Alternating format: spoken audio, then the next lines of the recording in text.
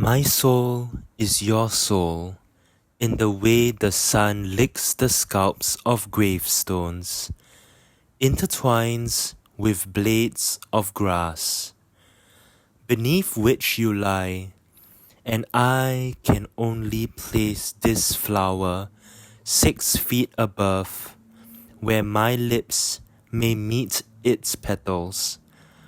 How my body yearns to meet your body, my heaving body feeling your shadow kiss my shadow, and I know how. And I know now it will be difficult to do good deeds when your daily life is not managed after I have entered another realm. But how? How do we find the strength to do these good deeds in between this creaky house of a body, lurching side to side, my body used, your grab hold in the night, now your presence, a breeze whispering, a crease unfurling from my fist.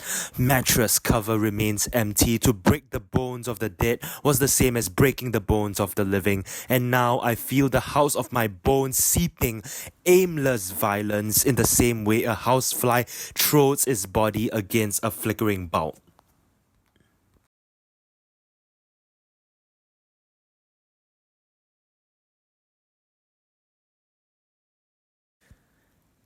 What warmth is there to speak of from an empty bed? What good deeds are there to be done when the mind has sputtered, left the driver's seat of its muted flesh, eye line drifting, laptop screen to window, permanent glass, printed pane, snow globe of one world separated from the next. The spirit behind the word, rebel, will rebel, am rebelling, and in a rebellion, and in the beginning there was the word, and in the end, all I was left with was less than a word. I was left with your breath, then not even that, I was left with the wreckage of your body so pristinely restored, an epitaph to your life, and all the while, other wives propel themselves into the world, knowing that their beds would be warm when they come home from work, and other husbands do not look two ways crossing a road, knowing that everyone else can see them here. Hear my parched prayer. Do you believe? Do you admire? Do you condemn the entire system? A system to affix us 9 a.m. to 6 p.m. with a 1-hour lunch break and may include weekends and public holidays. A fulcrum around which the Andromeda spins.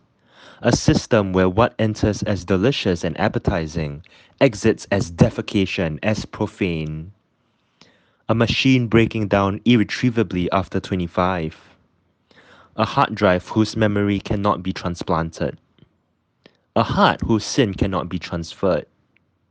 I prostrate myself in front of a God less out of faith, more out of helplessness, and I enter the shrine of repentance first, the house of glass eyes, the faltering fingers over a keyboard, the body flinging from wall to wall, the blue roots running beneath my wrists, glistening like a tributary under the morning sun.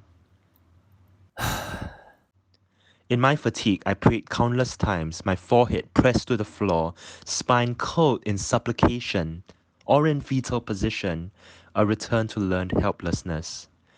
Do not be carried away by your grief. The stuffed toy which you gave me seems to say as it bobs its head, a mousy noseboob nibbling at the air, while a scratchy dress track loops again and again from its heart. It has been so many years, yet how it still musters a burst of energy to dance. Only by rebelling will life have meaning, purpose. So I rebel against the instinct to stagnate in a predefined loop of sorrow.